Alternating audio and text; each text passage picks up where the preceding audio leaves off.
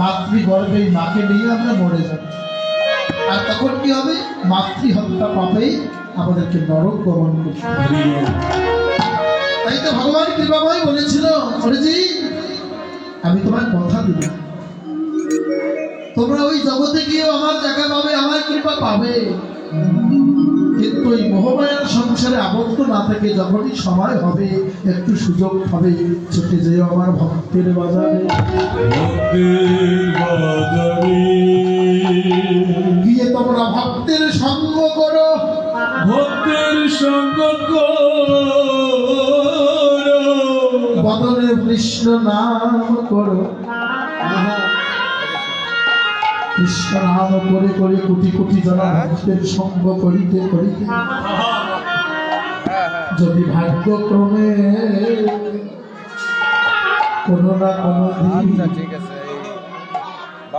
আমার সেই ভগবান রূপী বৈষ্ণবের চরণে তোমার এই পাপের দুটি হাত পড়ে যায়।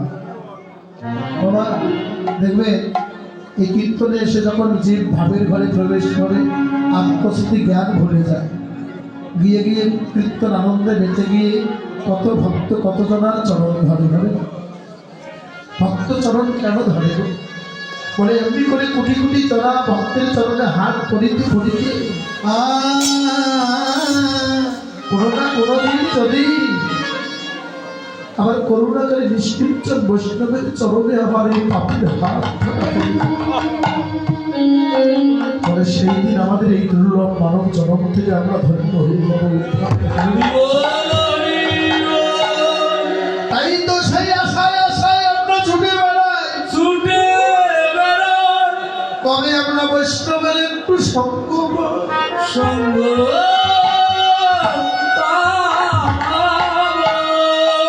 তাই তো আছে বৃন্দাবন মাঝে শ্রীরাম সুদাম দাম বসুধা সকল সকাল গোষ্ঠের বেলায় অধিক হয়েছে বলে শ্রীরামে গিয়ে সুবলকে বলছে, ভাই সুবল রে, ভাই সুবল রে, দেখ দেখ গোপনে অনেকে বেলা হলো, ভাই গোষ্ঠে যাবি না?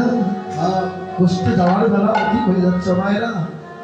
একটা হচ্ছে অন্তরঙ্গ, একটা হচ্ছে বহিরঙ্গ। এই যে ভগবান যত লীলা করেছে, এই লীলার দ্বারা জীব জগৎকে বোঝাবার জন্য তার সকল লীলা কি বুঝাচ্ছে? খালি কৃষ্ণ কানাইয়া যেমন গোষ্ঠ আচরণে গিয়েছে, আমাদের জীবনেরও কিন্তু গোষ্ঠটা হয়ে গেছে।